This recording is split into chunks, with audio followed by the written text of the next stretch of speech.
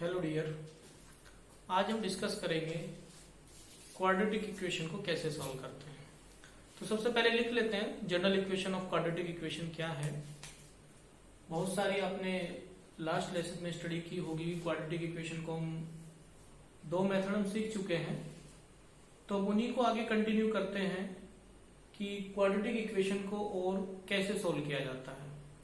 तो पीछे जो मेथड था कंप्लीटिंग द स्क्वायर, उसी को हम थोड़ा आगे बढ़ाएंगे। लेकिन उससे पहले क्या है कि क्वाड्रेटिक इक्वेशन देख लेते हैं, जनरल फॉर्म क्या होती है उसकी। तो जनरल फॉर्म उसकी होती है आपकी ax square plus bx plus c equal to 0। ये है आपकी क्वाड्रेटिक इक्वेशन की जनरल फॉर्म। इसकी कंडीशन क्या है, ये जो a है ये आपका नॉट इक्वल टू 0 होना चाहिए। अगर इसमें a की वैल्यू 0 हो गई तो ये भी 0 हो गया। तो 0 होने के बाद क्या बचेगा, ये आपकी क्वाड्रेटिक इक्वेशन नहीं बचेगी। क्यों? क्योंकि ये bx प्लस c x की घात 1 है, तो सिंपली लीनियर इक्वेशन होगी। तो इसकी कंडीशन है ax square plus bx plus c equal to 0। इसमें आपका a नॉट इक्वल टू 0 होना चाहिए। तो ये है आपकी general equation of quadratic equation. तो स्टार्टिंग में जो फर्स्ट मेथड था आपका के फैक्टर मेथड, उससे भी हम सॉल्व कर सकते हैं। दूसरा आपका आया कंप्लीटिंग द स्क्वायर, यानी कि इसे हम स्क्वायर फॉर्म में बनाएंगे और तब इसे सॉल्व करेंगे। तो हमने क्या बताया था आपको, सबसे पहले हम इसको a से डिवाइड करेंगे पूरी इक्वेशन को। तो क्या होगा, एक्स स्क्वायर पूरी इक्वेशन को a से डिवाइड कर रहे हैं, तो यहां पे आ जाएगा आपका b upon a x plus c upon a equal to 0।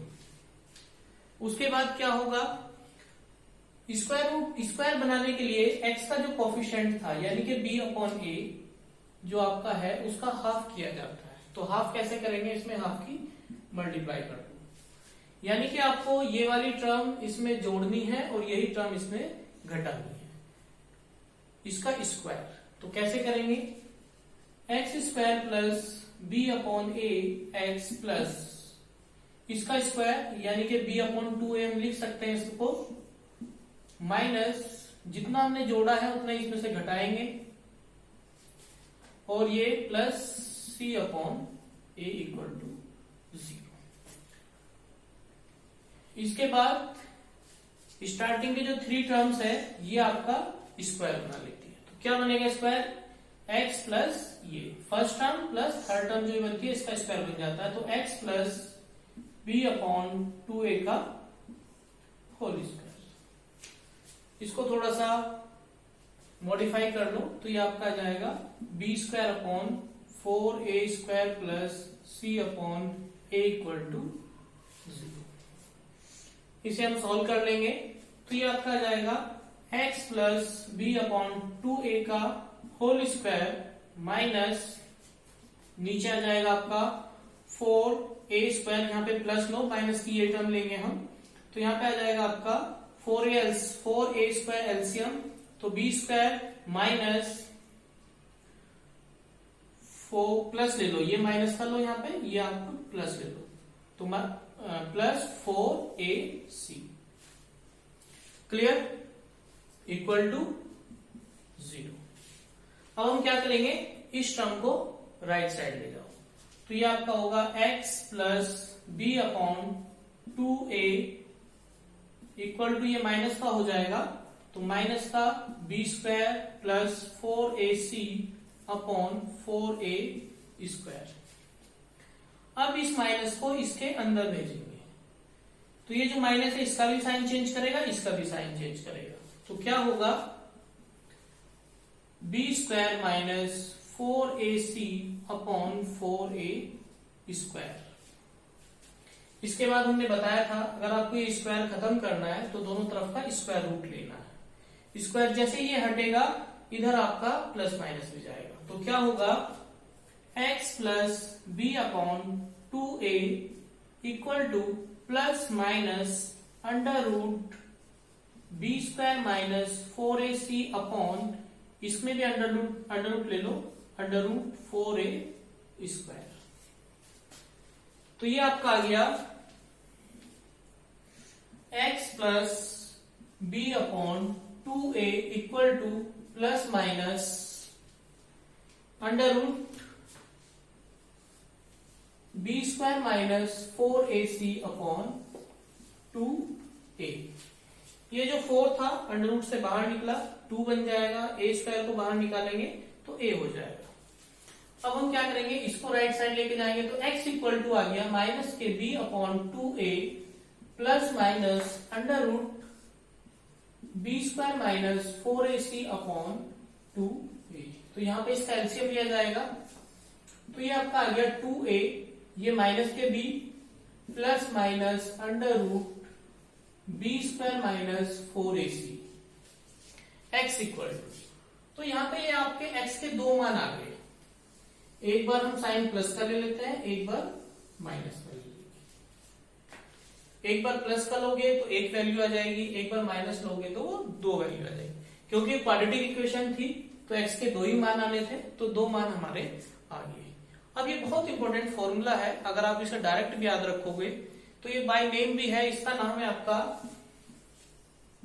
Quadratic equation, quadratic formula. बहुत इंपॉर्टेंट फॉर्मूला है, ये आपको डायरेक्ट इक्वेशन सॉल्व कर सकता है। अगर आपको इसकी फॉर्म में कोई इक्वेशन पता है, ये तो जनरल फॉर्म थी ax square plus B X plus C equal to 0, तो एबीसी की वैल्यू जैसे आपने इससे पहले इक्वेशन पढ़ी है, तो ये फॉर्मूला डायरेक्ट आपकी x की वैल्यू निकाल देगा दोनों। इस फॉर्मूले का नाम क्या है, क्वाड्रेटिक फॉर्मूला। थोड़ा सा इसे और देख लेते हैं फॉर्मूला के under root B square minus 4ac पे बहुत सारी कंडीशन इसकी टिकी हुई है। क्यों टिकी हुई है, आपने अंडर रूट निकालना सीखा होगा। अगर हम बात करें कि अंडर रूट 0 की वैल्यू कितनी होती है तो आप कहोगे 0। अगर हम बात करें अंडर रूट 4 की वैल्यू कितनी होती है तो आप कहोगे 2। लेकिन अगर हम बात करें अंडर रूट माइनस 4 की वैल्यू क्या होती है तो आप कहोगे पता नहीं। तो यहां पे क्वेश्चन फंसता है। अगर अंडर रूट इसकी जो वैल्यू है अंडर रूट में क्या लिखा है, बी स्क्वायर माइनस 4ac। अगर हम निकालें कि बी स्क्वायर माइनस 4ac की जो वैल्यू है, अगर ये वैल्यू 0 है तो ये पूरा 0 हो जाएगा। अगर ये वैल्यू पॉजिटिव है तो कुछ ना कुछ रियल मान आएगा। अगर इसकी वैल्यू नेगेटिव आ गई, अगर ये वैल्यू नेगेटिव आ गई तो यहां पे आपका क्वेश्चन फंस जाएगा, क्योंकि अंडर रूट के अंदर माइनस अभी तक आपने नहीं सीखा है।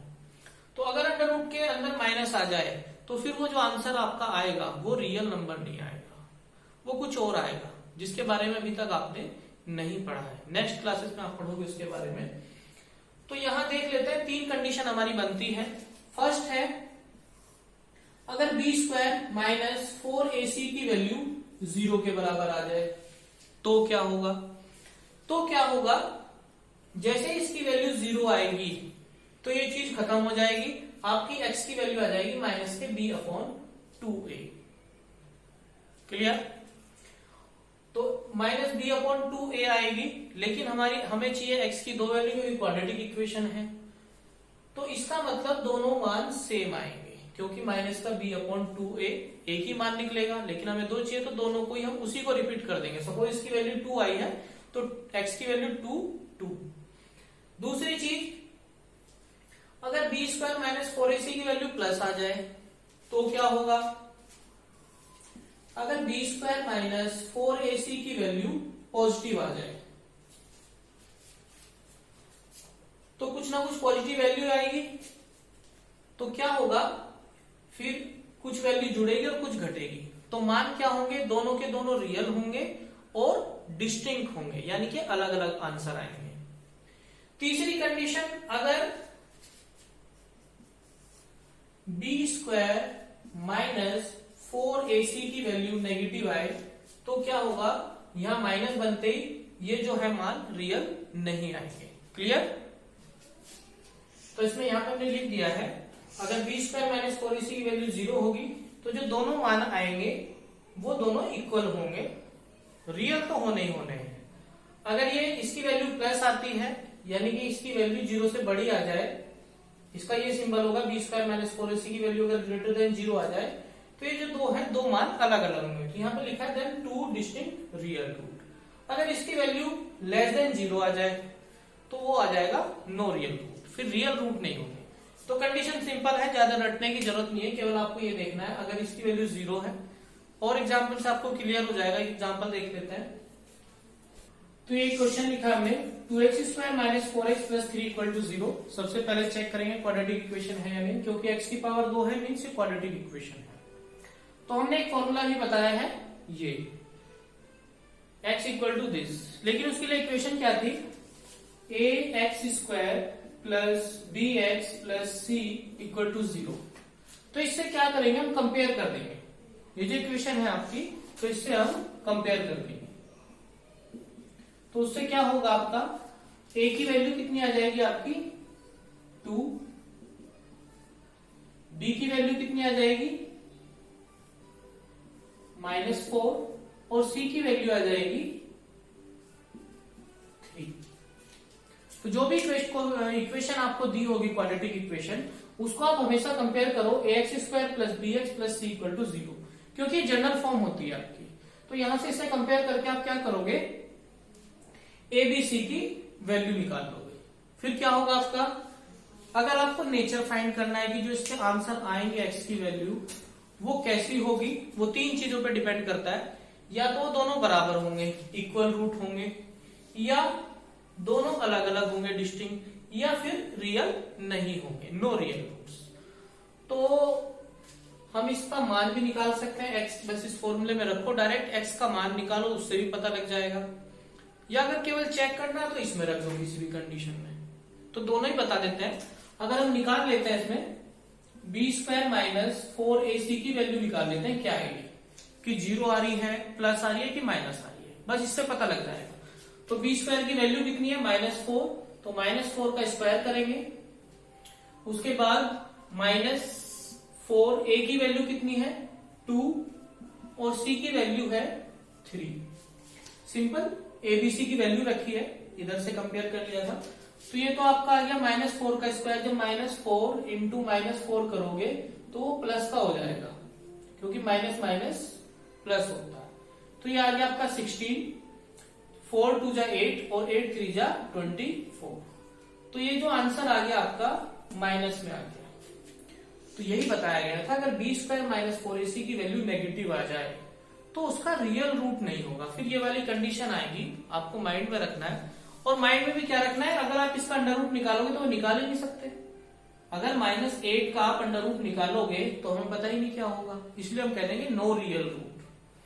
अभी इसको अगर आप सोल्व करोगे, ये वाला आपके पास फॉर्मूला है, इसको हमेशा याद रखना है कि -b plus minus under root b² minus 4ac upon 2a, वही है। रख के देख लेते हैं।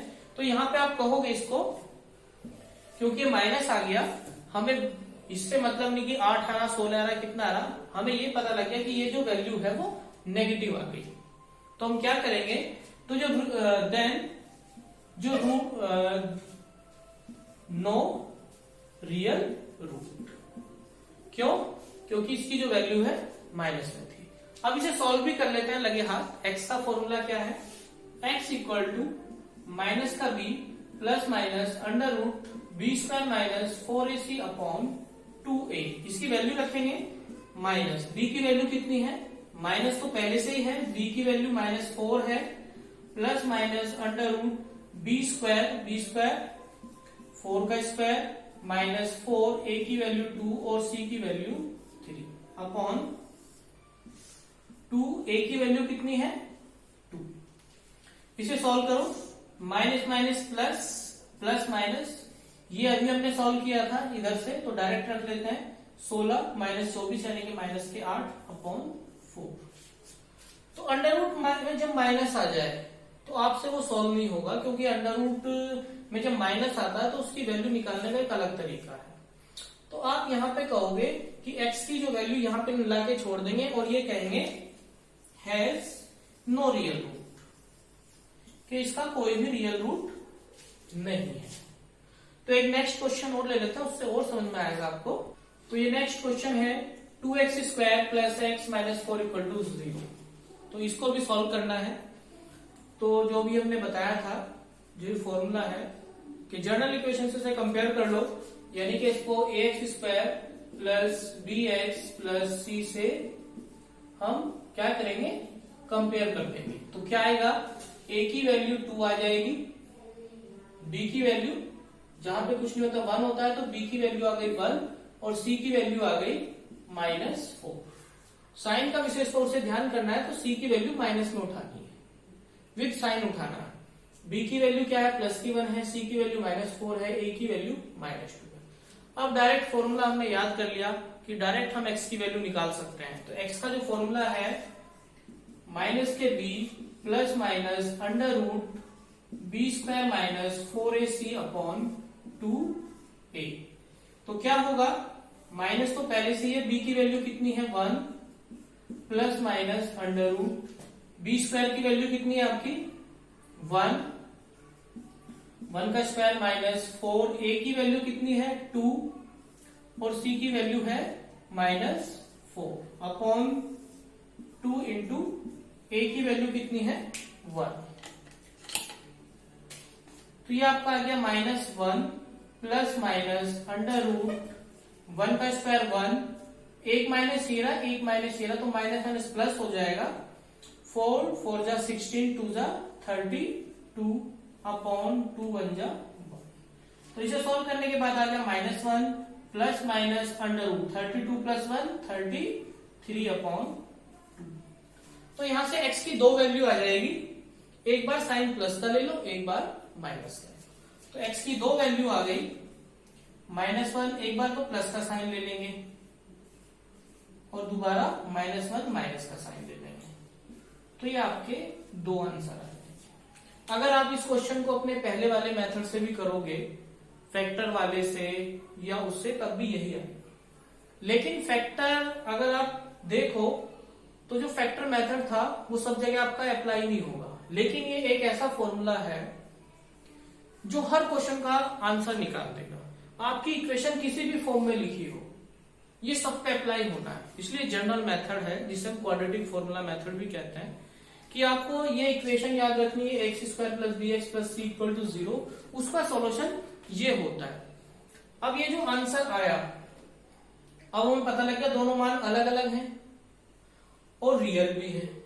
तो अगर वो ये पूछता है कि इसके जो रूट्स आएंगे, इन्हें रूट्स बोला जाता है, या जीरो बोल दो, जीरोस, ये वो वाला सिंपल जीरो नहीं है, जीरोस बोलेंगे इन्हें, कि अगर हमें इनकी नेचर बतानी है, कि वो उसने कहा कि ये इक्वेशन है, इसके जो आंसर आएंगे, जो रूट्स आएंगे, उनकी नेचर बताओ। तो हम क्या करेंगे, इतना लंबा ना करके केवल B square minus 4ac find कर लेते हैं, पूरा फॉर्मूला लेके नहीं चलेंगे।